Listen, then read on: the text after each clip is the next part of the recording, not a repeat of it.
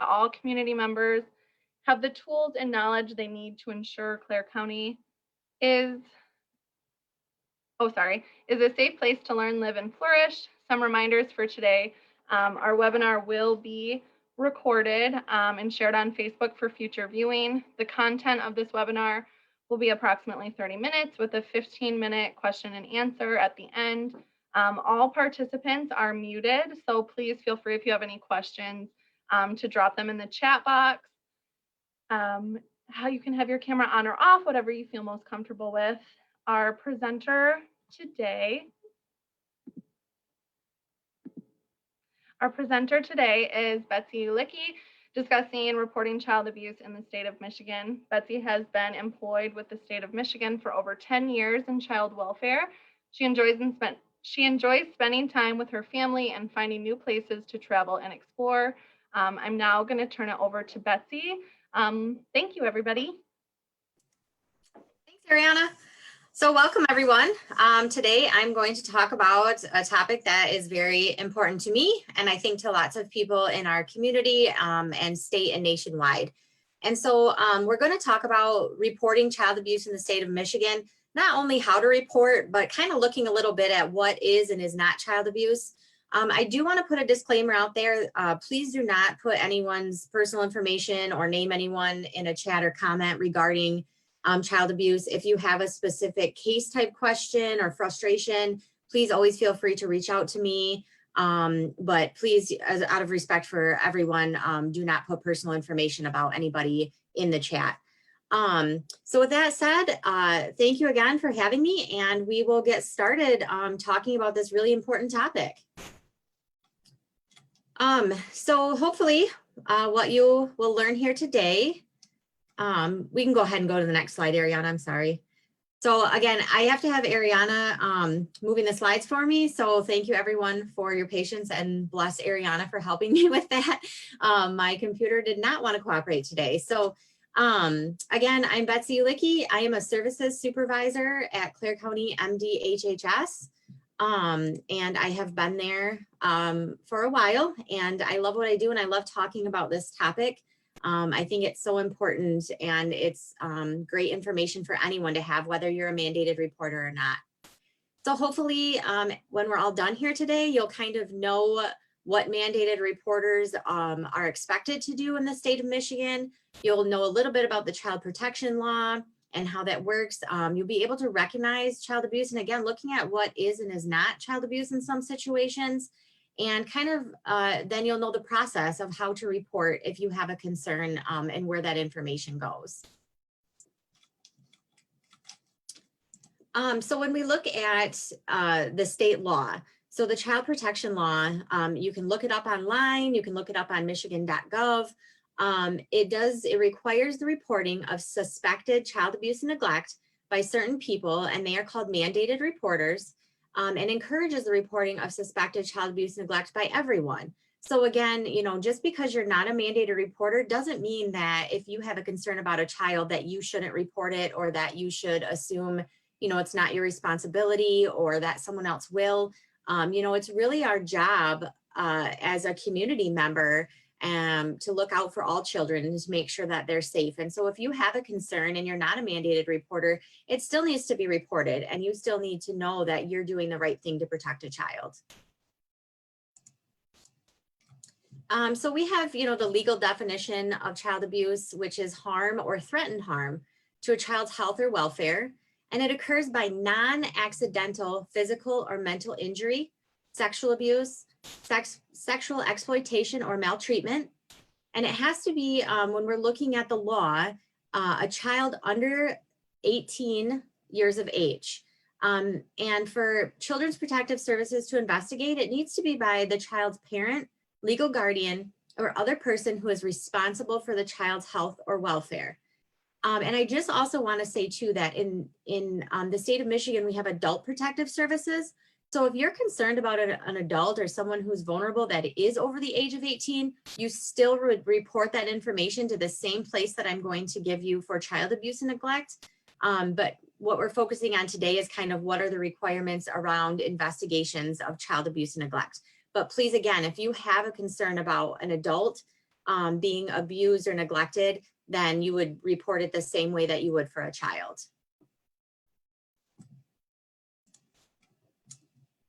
And I just want to touch on quickly, if you look online too, in the state of Michigan, or even on Google, you can look up who mandated reporters are if you're not sure whether or not you're a mandated reporter.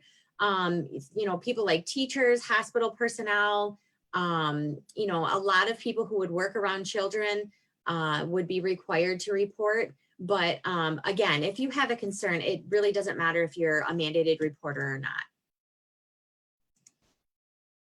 We can go to the next slide.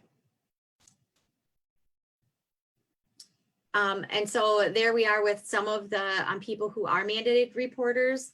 So again, you can always reference that. You can look it up if you're not sure, but regardless, any abuse or neglect needs to be reported.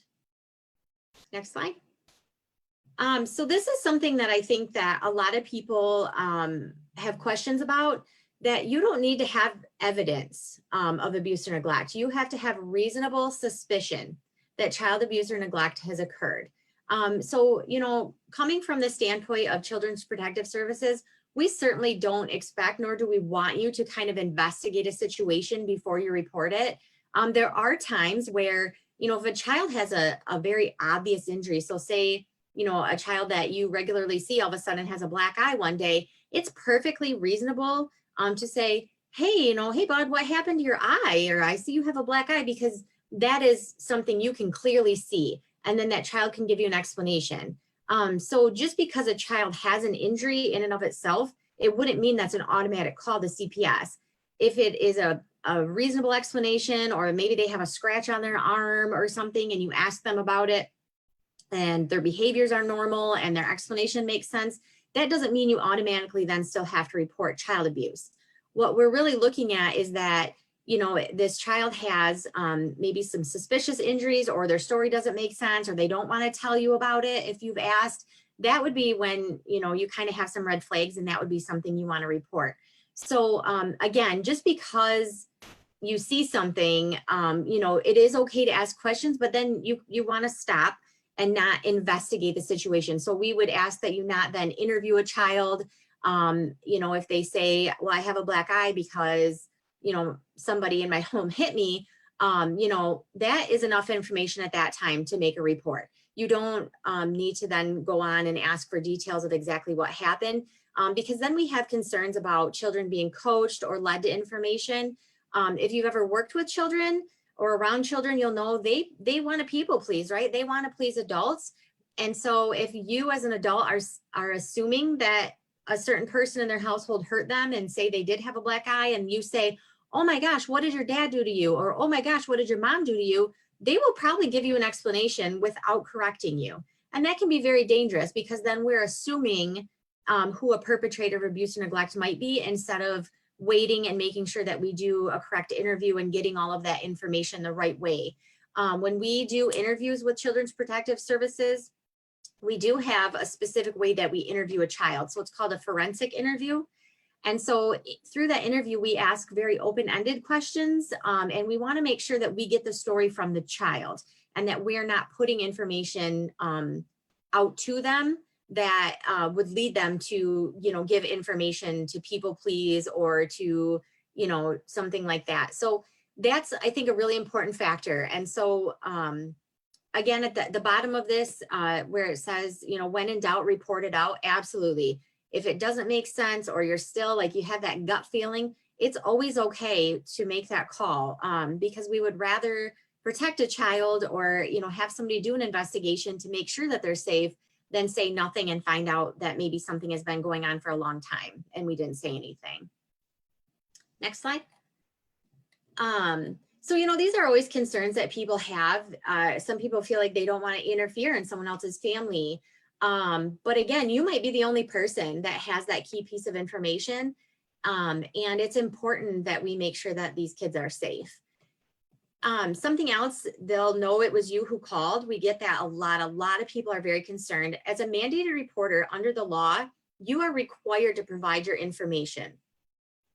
And there's a couple key pieces of why that is a requirement. So one, we know if you're a mandated reporter, you're calling with a genuine concern. You're not calling because you're mad at your neighbor, because you are having a, some sort of a custody disagreement with someone. We know when you're a mandated reporter, you're calling with a genuine concern. And also, when you make a report to our centralized intake of a concern about an adult or a child, your information is always protected. There are times that based on the information that's reported, a family might have an assumption or they might have a good idea as to who made the report. That can't always be avoided, but we work very hard at Children's Protective Services to protect that information. We don't use the names of a referral source. We don't put your names in a report that someone could get. The only time the information is released would be like with a court order, and that really just doesn't typically happen. Your information is very protected because we want you to feel safe. And we know that people, when they have Children's Protective Services involved in their lives, are not always real thrilled about it. And so sometimes they're angry and they kind of want to know who to blame, and they want to be able to lash out at someone else instead of, maybe taking a look at what is going on within their home. And so, we know that, and we work really hard with the family to try to engage with them and talk to them and help them understand that, it doesn't really matter who made this report. What really matters is, if we need to make sure that the family gets some help, or if there are some services we could provide, and just really talk about safety. So if you have that concern, just know that you are protected under the law. We cannot give your information out. And I know sometimes people will say, the worker told me that you called it in, because they're trying to get you to admit. They're trying to see if you'll say, oh my gosh, I can't believe they told you it was me. We don't do that. Our workers don't do that. They will not acknowledge like, okay, yep, you guessed the right person. That is who called it in on you, because that's not the point of what we're doing. The point of what we're doing is looking at child safety. I apologize. I have dogs in my home and they love to bark when they see anything. So we can move to the next slide.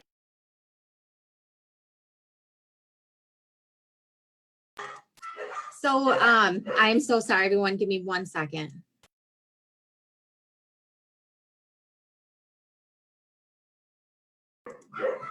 Thank you.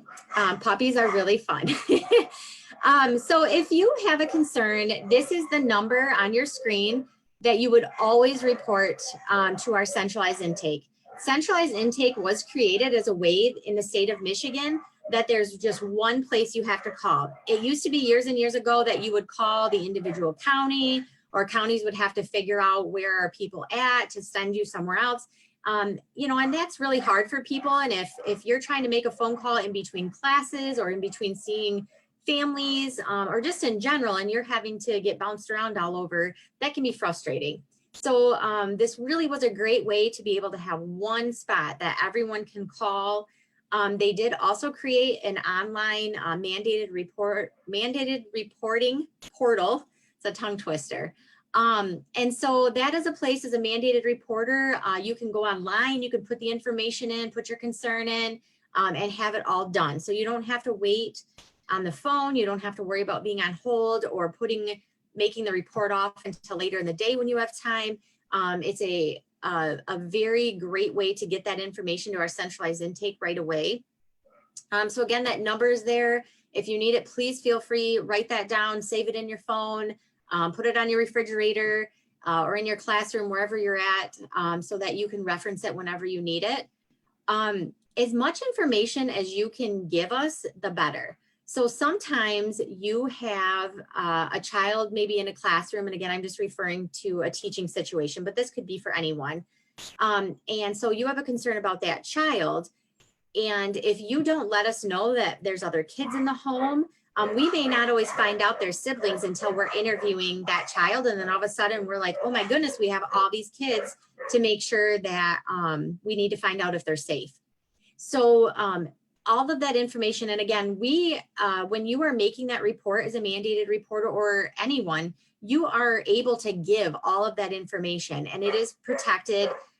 It doesn't violate any HIPAA laws or anything like that, because you are doing this in good faith As a mandated reporter, you are saying, I have concerns and here's the information I know about this family.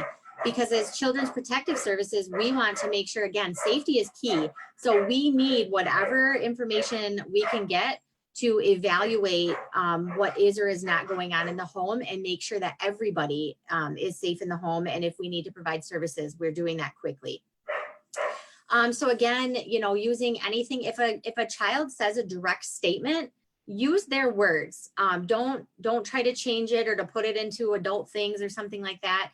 You know, we have a lot of times, especially in situations with concerns of possible sexual abuse, sometimes children refer to their private parts in very unusual terms or things that we may not be using. And so whatever words they say are the words that you need to then use when you're making your report. So it's very important not to change information or again, to assume that something means a different word than you're used to. So just whatever your concern is, if it came from a child and it's a statement, make that statement in the same manner that the child did. That is key for not, again, making assumptions or giving wrong information unintentionally. So then we have the online reporting system. So you can go in there if you are a state of Michigan employee, it has a login spot. If you're an outside entity, so an agency, a partner with us, you can go in there and create that. Again, that is for mandated reporters to use. And then if you do that, you don't then need to follow up with the 3200, which is kind of the form that you would normally have to fill out and send in, because essentially that is your 3200 that you're putting all that information on. One thing that I really want to touch on the bottom of there, notify the head of your organization. Something else though that's very important to know is that you as a mandated reporter, if you have the concern or if a child discloses something to you, you are the one obligated under law to then turn around and make that report. You can't tell your supervisor or tell the head of your organization what happened and have them make the report for you. That actually is not within the boundaries of the law. So again, it's important because we want to know firsthand what a child says. So if anyone's played like the telephone game, you know how easily information can get changed between even one or two people. And so, you know, as an adult, if you're telling someone else what a child said to you and then they're reporting it, we already could be losing information or it could be misconstrued. So you want to be the one. And I know it's scary sometimes and it's worrisome, like people are going to be mad at me or, you know, I have those concerns. Reach out to us again. You know, we deal with families every day. We deal with people being upset and angry, and there are lots of ways that we can address that with them, but don't pass out on what you're supposed to do because of those concerns. We can work through those with you and we're happy to. Next slide. Again, just give lots of information. The quicker, the better. And so actually, I think, can you hop to the next slide, Ariana? Sorry, guys, I love this stuff and I get really into it. And sometimes I'm like way ahead of myself on slides. So, you know, again, when you're talking about that information, you can see on the left-hand side, it's just very brief. It's hard to know exactly what happened, and giving just bits and pieces of information could make a referral get screened out because, you know, our centralized intake people might be looking at it saying, you know, there's not enough information for us to be able to assign it. So when you look at the example on the right-hand side, it is very clear. It is, you know, very explicit in the information of like who did this, what, you know, Johnny looks like, where it was at. So the more information, again, the better. Next slide. So, you know, we do touch on, there are penalties for not reporting concerns of child abuse or neglect. You know, it could be 93 days in jail or not more than a $500 fine or both. You know, if a child say was injured or something, it could come back on you. But again, you know, we don't want that always to be the reason that you're reporting something because you're afraid of that. But just know that you do have a duty and you do have an obligation under the law because of what you do and who you're around to make those reports. And so, you know, regardless, we need to make sure that we're making those. If you're ever unsure of whether or not it is something that needs to be reported, please reach out to your local office. If you're not in Clare County, reach out to a supervisor in the county that you're in and just ask them about the situation, and we can walk you through it. If you have concerns or if you're just not sure, there are gray areas, right? I mean, life is not black and white. People are not black and white. And so there are times, maybe you're on the fence about something or you're just not sure. Just reach out and contact us. Or you can always call with, centralized intake and provide the information, and they will help, they'll make that decision of whether or not it gets assigned. Again, and I touched on this already, as a mandated reporter, we know you're doing it in good faith. Again, you're not doing it because you're mad at someone. You're not doing it because you're spiteful. You are doing it because you have a genuine concern. Next slide. So, again, depending on whether you call it in or send it in, if you call, this is, questions, these are questions that the intake specialist at centralized intake will ask of you, and then again, the bottom is very important, your contact information. We at times need to reach out to you right away. If we get that assigned to our local county, sometimes we need to clarify with, the person that called it in or to get more information. So giving current contact information is very, very key so that we can contact you, especially, sometimes we get investigations assigned at the end of the day and it says, a child is afraid to go home from school and they're about to get on the bus. And so we have to decide, what to do in that moment. And so if we can reach back out to you quickly and say, hey, give me a rundown of what's going on. What is this child acting like? What are they saying? And kind of touch base so we know if we need to go, to the house to get ahead of this, or if we can try to figure out a safety plan in that moment. We really need that information so that we can reach back out to you if we have further questions or need information. And that's just what a 3200 looks like. Again, if you ever need it, you can get it online. Google is always like my best friend for everything. You can Google DHS 3200, it'll pop right up. And so that's what that would look like if you ever need to fill that out. So what happens after you call centralized intake and make a report? The complaint will be reviewed for assignment. So the intake specialist takes all that information that was on the screen there before, and then they send it to a supervisor. And so a supervisor then makes that decision of whether or not this is going to be assigned. And I think something that's very important for people to know is that even if your concerns are not assigned for an investigation at that time, they are always in our system. So sometimes I like to explain it to people as though you're a puzzle piece. And so sometimes we have to get enough pieces of the puzzle to be able to have enough information to go out and do an investigation. So don't get frustrated if you make a report and you feel like, nobody's doing anything, or, it didn't get assigned and you don't understand why. You can always call and talk to us about that if you're frustrated or if you have a concern and you're not, you're feeling unsure of why we're not doing something. Sometimes information is confidential. We can't then share with you if it did get assigned. We can't go out to someone or to the home and then come back to you and say, you were right. So-and-so, they tested positive on their drug screen. And I think that's hard sometimes because you have a concern and you want to know what's going on. But just like we respect your confidentiality, we then would respect the family's confidentiality and the parents. And so, we can't share that private information. We can touch base with you. We can ask questions, get more information. But just know that we understand your frustration, but out of respect for the families and confidentiality, we can't share what we're doing with them or what they may have going on. I apologize. My dogs are really being stinkers right now.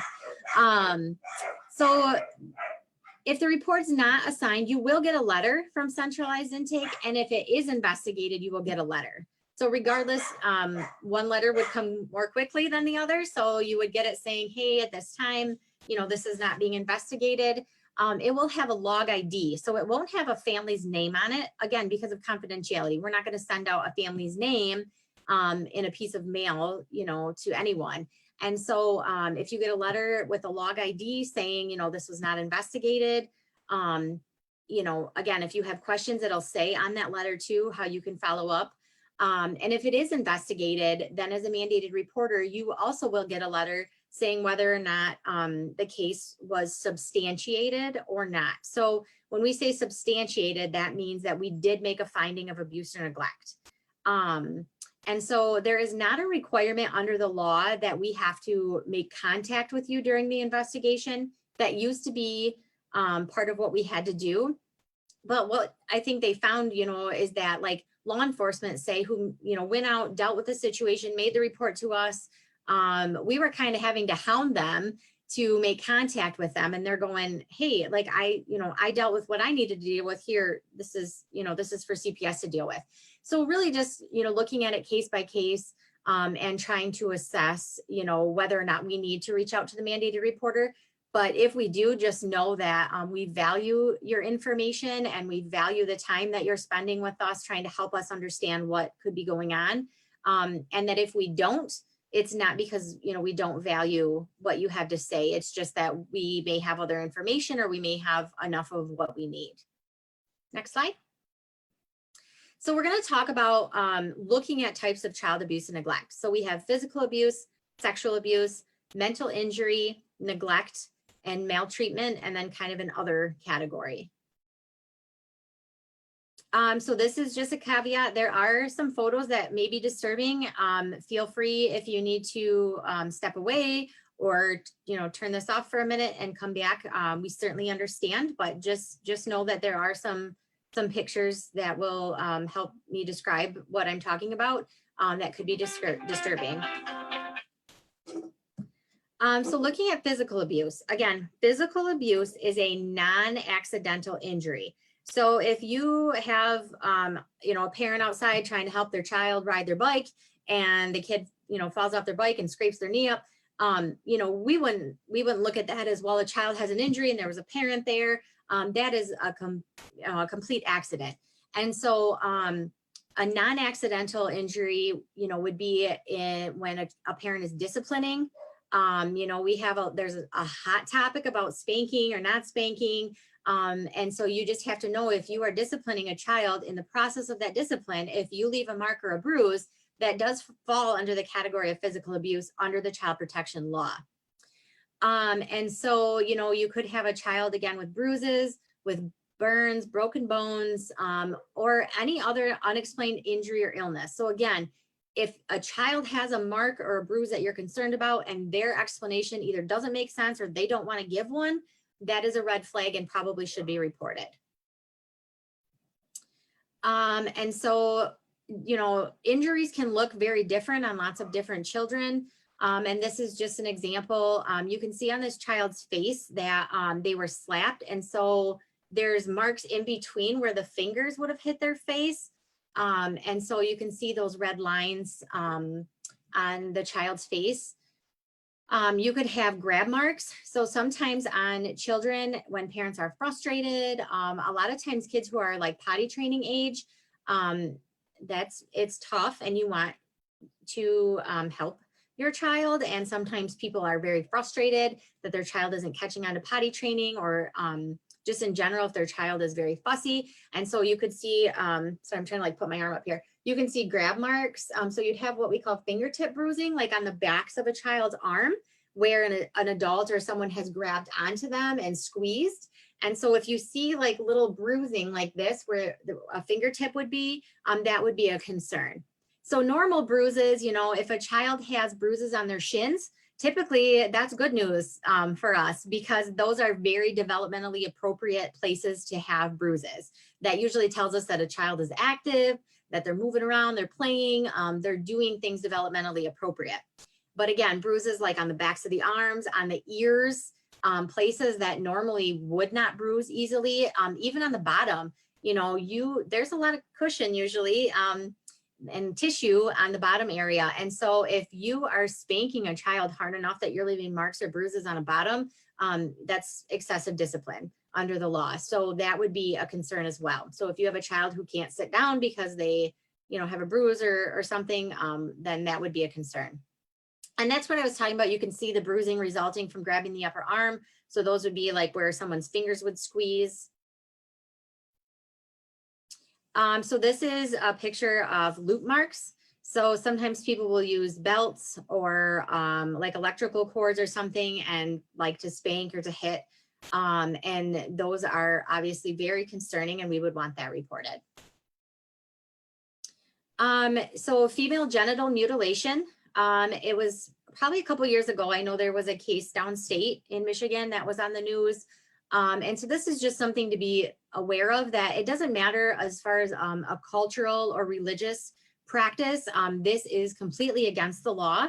And if you find out that there is anyone practicing this or doing this, this would need to be reported right away. So recognizing sexual abuse or sexual exploitation. Again, this can be, I think, a very tricky situation at times for people. So what's really important to look at and to recognize sometimes is what are developmentally appropriate stages that children would be interested in genitalia, that they would be grabbing themselves in the bathtub, that they would be, you know, doing those types of things. And so, you know, just because a child does something like that does not mean that someone is sexually abusing them. So again, we have to make sure that, you know, we're kind of assessing the situation before we just jump to a conclusion. But, you know, just kind of, again, if you're not sure, always reach out. So this would be intentional. Oh, I'm sorry, Ariana, can you go back? I'm sorry. Intentional touching or contact that can be reasonably construed as being for the purpose of arousal, gratification, or any other improper purpose by the perpetrator. So then we have sexual penetration, any intrusion, however slight.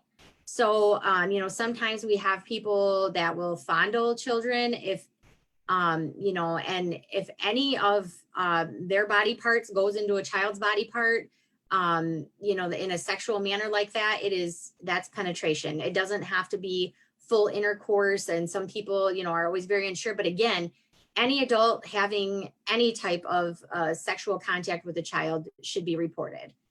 Accosting, soliciting, or enticing to commit or attempt to commit an act of sexual contact or penetration, including prostitution. So, you know, if a child is being given like lingerie type things and wearing them, or you see pictures of a child with that, or a child is showing you like, oh, look what somebody bought me, and it's very risque, you know, those are immediate red flags and something that should be reported to have a look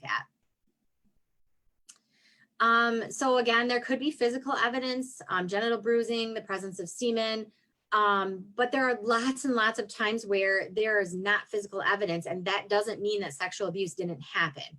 I think that a lot of times that's something that we're really trying to help educate the community and educate everyone about, is that just because you don't see physical evidence of sexual abuse doesn't mean that it didn't happen.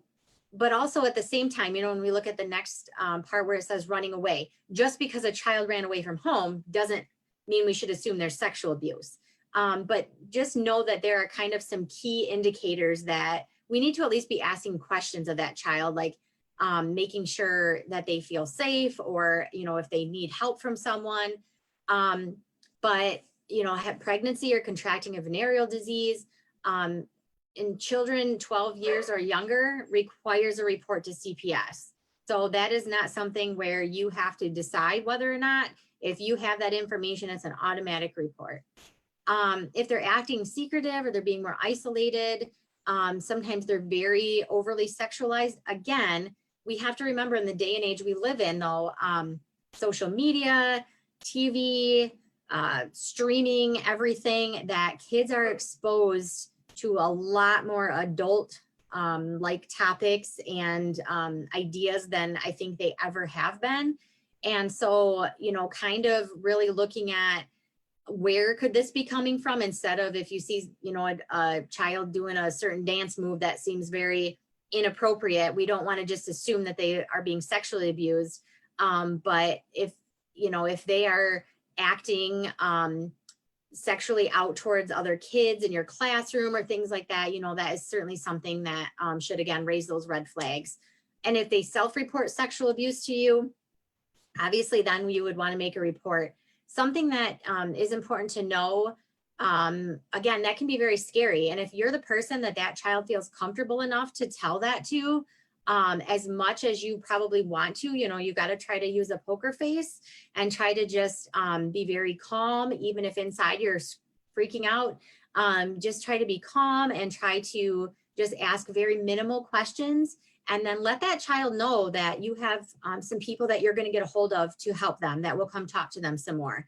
So, just remember that your reaction can make or break it sometimes for that child to be feeling comfortable enough to keep talking about this. Next slide. So mental injury is a tough one.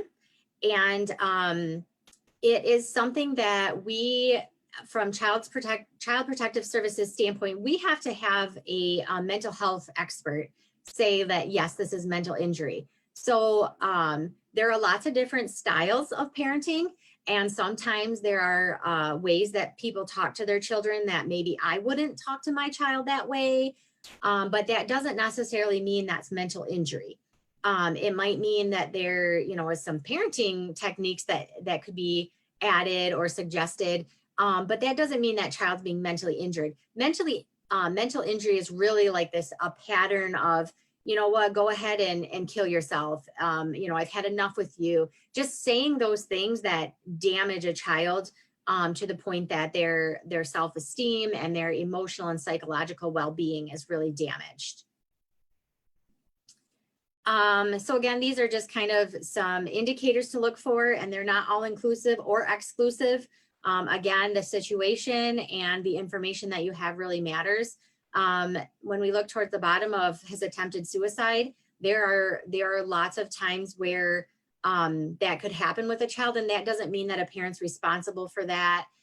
So really, if you are the one who is kind of that first responder dealing with a child that is talking about suicide or has attempted suicide, kind of trying to get their perspective of where they're at before we just make an assumption that, a parent has neglected them is very important. Because as a family and as a parent, if your child is going through that, to then have someone assume that it's your fault, that's really tough. And again, when Children's Protective Services is involved, we ask a lot of questions. We do a lot of engagement with families and really try to get an understanding of what's going on. And so, we need to make sure that we have lots of information before we just assume that a parent is responsible for everything. But at the same token, again, if you have that concern, you always can feel free to report that.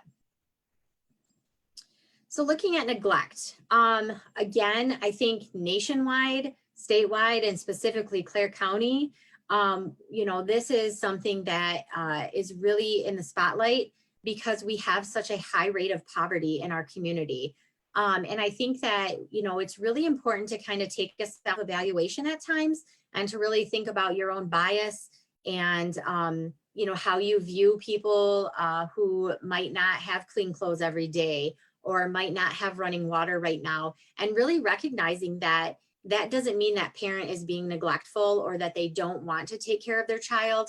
Sometimes people living in poverty are just struggling. And so there are resources and services available to help give them support without having to make a Children's Protective Services complaint. And so again, assessing, kind of what could be going on or asking questions if you're concerned about neglect is key, especially in the times we live in with people just struggling right now, not having income. And there are lots of resources that we can refer to. So this is a picture of a home, and it's got lots of barriers to be able to move around freely in the home. And so kind of looking at, this is a concern, and this is something that we would want to address. There's fire hazards, there's lots of things going on. And so, if you're in a situation like that, you could make this report, or you could also talk about, hey, I see you got a lot going on right now. What's going on? So, that's causing this kind of issue, and kind of see, because it might be they don't have garbage bags right now. And that's an easy fix, right? So maybe they don't have dish soap to wash their dishes. So really, when we look at this picture, trying to assess our own personal values and our own assumptions of what could be going on, and not just assuming that someone just doesn't care, because usually that's not the root cause of these issues. So when we're looking at neglect, So it could be frequent absence from school. However, truancy in and of itself is not abuse or neglect. But, usually children who are truant, there are connections to maybe some other concerns going on. But if that's all it is, that doesn't mean it's abuse or neglect. And I see our Harrison's liaison officer, Mr. Oster down there. He is giving a thumbs up. He deals with lots of the truancy cases and lots of those families. We work really well coordinating with him and, making sure that we're touching base and that we can all make sure these kids are getting what they need. So if you have children that are stealing or begging for food or money, again, if they're saying they're hungry, ask those questions. Reach out to the parent like, hey, can we help send some food? Or can we put you in touch with a food bank? Or can I talk to you about what your child was saying about being hungry? Sometimes kids say those things because they really like getting lots of extra things. Sometimes they really are hungry, but that doesn't mean it's because a parent is not wanting to take care of their child. So again, with neglect, it's really kind of taking that self-check and really looking at our own understanding of what could be going on and asking a couple questions before we just make an assumption that we need to report a parent's not taking care of their child. Maltreatment. So it's cruelty or suffering that a reasonable person would recognize as excessive. So, this would be very inappropriate. This is a maltreatment if it's as a punishment. So, I know there's times people will put like their child crawled into a dog cage and, they think it's just funny.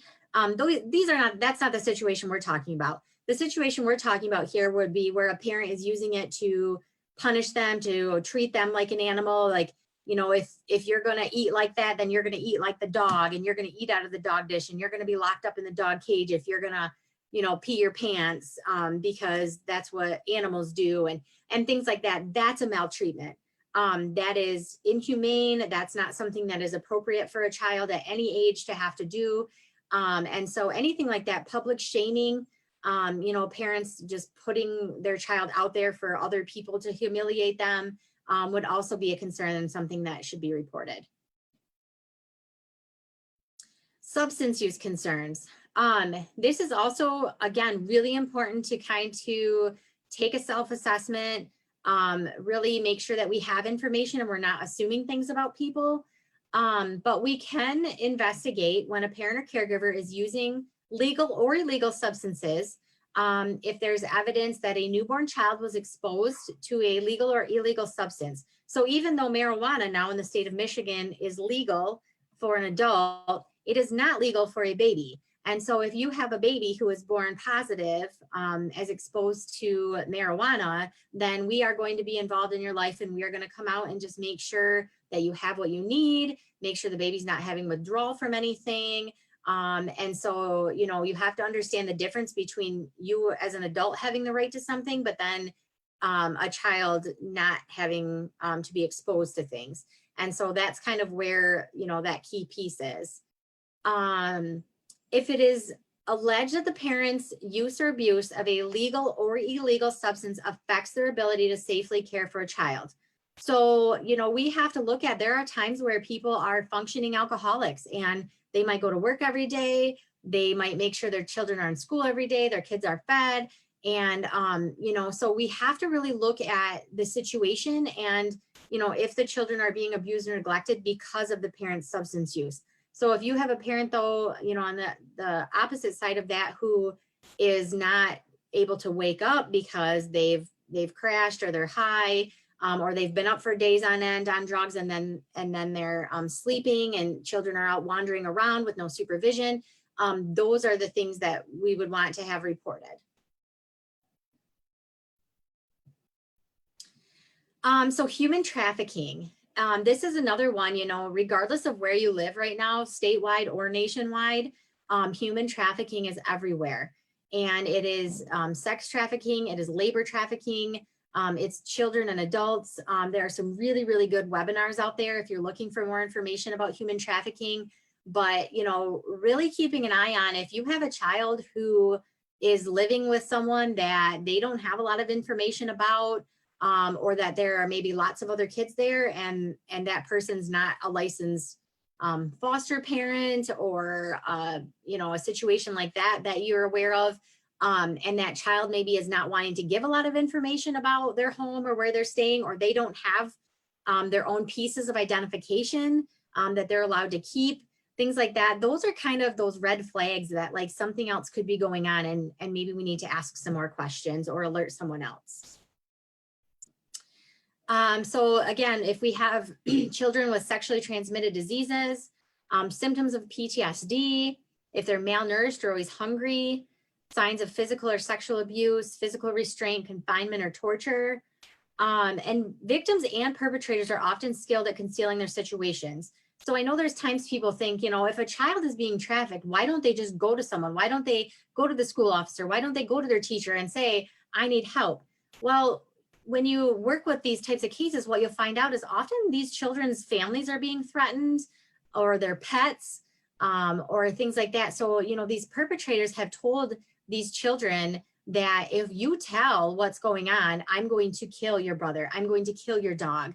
And these children, they're scared. And, you know, so we have to just really recognize that we can't expect that these children are going to be the ones to always come forward and just say, this is what's going on and I need help. And really, again, being aware of the signs, being able to ask some, you know, critical thinking type questions, and then letting someone know if you have a concern about that, to keep an eye on things. Again, if they're living with other unrelated youth and unrelated adults, that's usually kind of concerning. I mean, I know times, you know, with teenagers, sometimes, you know, teens and parents can need a break from one another, and so they'll go stay with a family friend. You know, that's not the type of situation we're talking about. This would be they're staying with people who are unrelated, who they haven't known a long time, who are not a family friend that they've, you know, historically had a relationship with. So just, again, touching on what is not investigated. So issues solely attributed to poverty or homelessness. So just because someone is homeless, it doesn't mean they're intentionally abusing or neglecting their child. Really, it's looking at being comfortable reaching out to a family, offering support, offering services, having knowledge of resources. 211, if you've never used that, is a phenomenal resource. They get people in touch with, you know, what they might be looking for. But just because someone says, you know, that they couldn't pay their electricity and so it's shut off, that doesn't mean then you need to call CPS right away. That means that, you know, that family needs some help, and what can we do to help them? And let's wrap around them as a community and help strengthen their family instead of having CPS come out, which is scary. It's scary for people. And so, you know, kind of re-looking at it that way, that we need to be helping one another in those situations. Head lice, again, in and of itself, we don't investigate if kids have chronic head lice. Educational concerns. So if, you know, truancy, or like if maybe someone thinks a child should be on ADD medicine or ADHD medicine, that's not something that we would investigate. That is considered a parenting choice, and that's, you know, not within the bounds of the law that we would investigate. Sibling on sibling abuse. So kids getting in fistfights with each other, siblings, you know, doing things to one another. We would not investigate that. However, we have had times where parents will say, I'm not allowed to discipline you because CPS will get called, so they'll have the sibling do it. That is also inappropriate, and that would be something that you would want to report if they're using a sibling to discipline another one in that manner. So again, I kind of mentioned this, you know, what to do and not to do if a child discloses abuse or neglect. Again, even if internally you're freaking out inside, try to show that poker face and just be very empathetic, and try to ask enough to get information, but not enough that you are leading a child to say anything. And so then, you know, when we're involved, we really want to get a picture of what's going on. And so we differ a little bit in maybe ways that other agencies operate, and that, you know, we will interview the children. We interview every adult living in the home, whether it is an aunt, an uncle, a grandma, a grandpa. If they live in that home, we need to be talking to them. We need to be asking for information. We will talk to other professionals involved with the family, because again, we want to make sure that we're not just going off someone's bias or maybe one small piece of information and making a decision that a parent has abused or neglected their child. We want to gather as much facts and evidence that we can to be able to adequately address the situation. So approximately 75% of investigations do not result in a preponderance finding. So again, that's us as an agency saying that someone has not abused or neglected their child.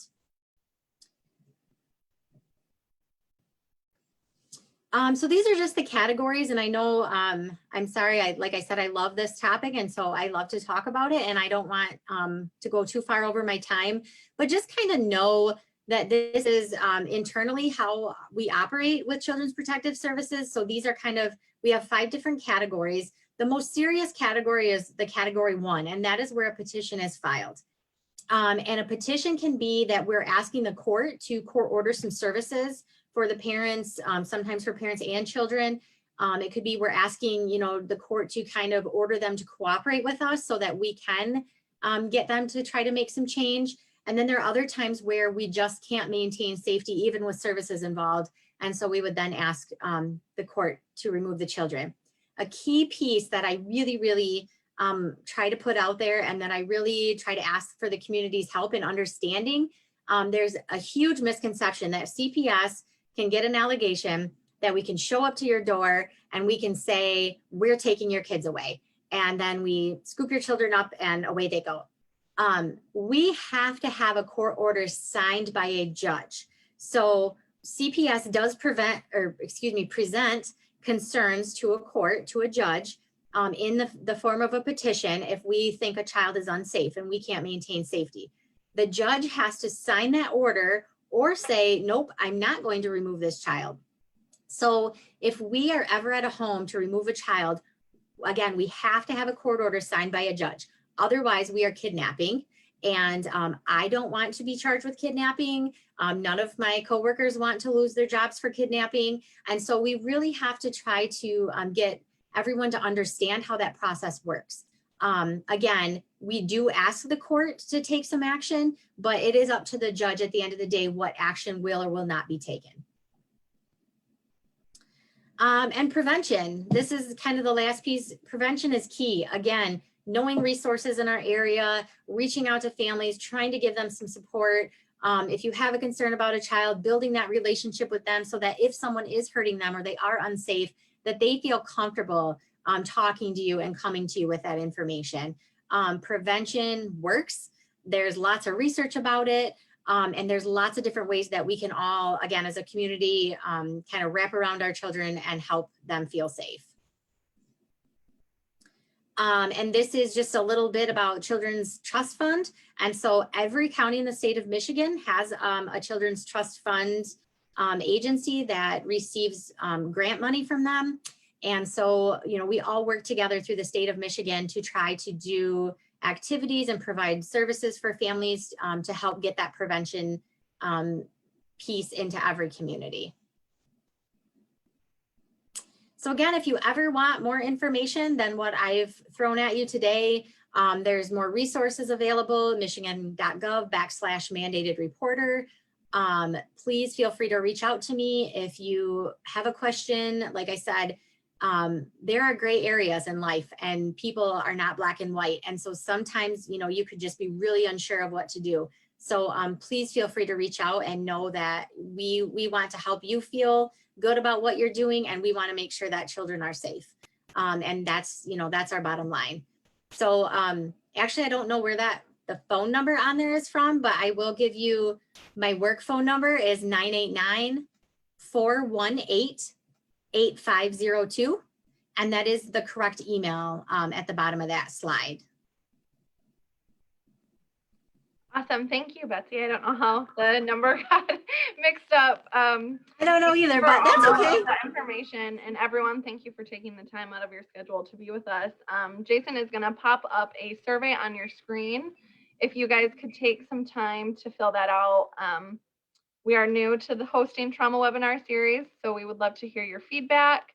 And then as soon as this survey is over, we will leave it open to, if anybody has questions for Betsy, please type them in the chat box. Tammy, I'll have you read them to Betsy, and we'll go from there.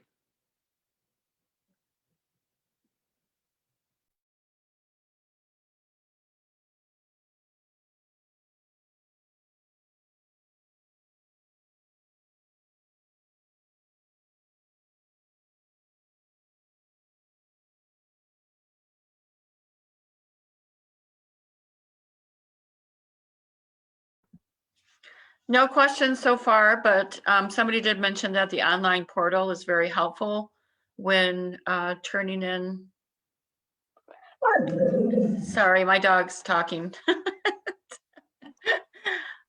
So Betsy, can you clarify if you were to turn in a report and you call versus going on the online portal, do you still have to submit the form? Yes, so that would be the only difference. If you make that phone call, they would then ask you to follow up with the 3200 form. But if you do it on the portal, you don't have to call as well, right? Correct. You just Yep, if you do it on the portal, you're essentially making the phone call and the written report all in one by doing it online. Okay, super. Thank you. Mm-hmm. I'm sorry for cutting in here. I did have one question that was messaged to me directly.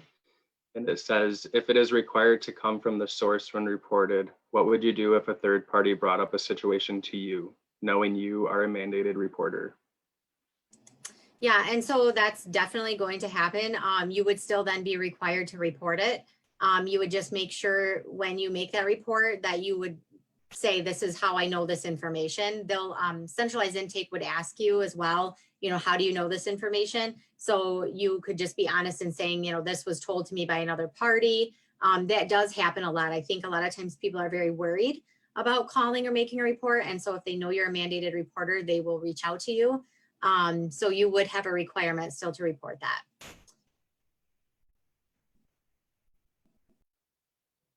Thank you guys so much. If there's no other questions, I guess we'll just say thank you for joining us today. You can find this recordings of our other webinars when they're happening, updates and reminders on our TASC Clare County Facebook page. And please join us next week, Thursday at noon, for a presentation on protecting and empowering our kids with Rosalind Kindle. Thank you guys again, and we look forward to seeing you next week.